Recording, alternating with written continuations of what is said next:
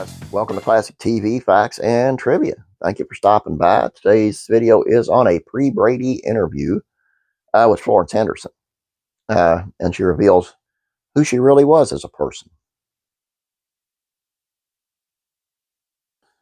Media training is a tricky thing.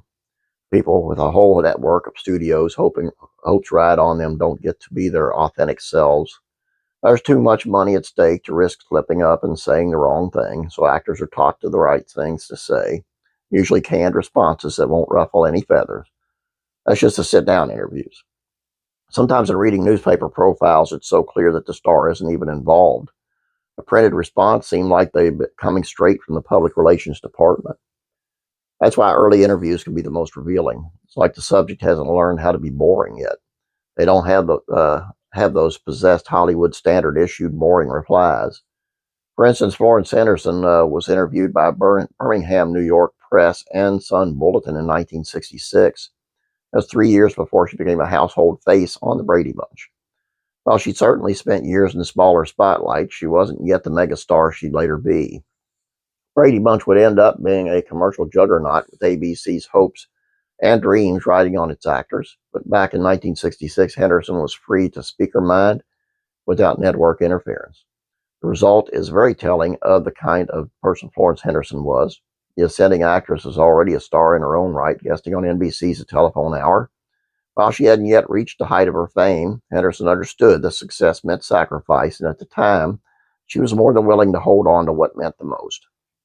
"I care more about people than I do about things or success," she said. "When I entered this business, I wanted to be a big Elizabeth Taylor-like star, but as I grew older, I came to realize this was not the important thing in my life." At the time of the interview, she was 33 years old. "My family is very dear to me, so is my work. I no longer care about the kind of stardom we're discussing. I do care, however, about being a working professional, one who constantly learns as she works." Little did she know how important family would be, namely the Brady family of two batches of stepchildren coming together to cohabitate under one roof. The important thing for Florence Henderson at that point in her career was making sure things happened the right way. Things work out well for me, swell, but I couldn't trample over others in a desperate rush to make something work for me. I know with this attitude, stardom seldom comes. So what? I work regularly and I have fun. Kudos to Florence Henderson. Seriously, kudos to Florence Henderson. That's just great. I will say, I said this, I think it was on the Andy Griffith Show channel, when I was talking about this video. I saw her in on Whose Line Is It Anyway?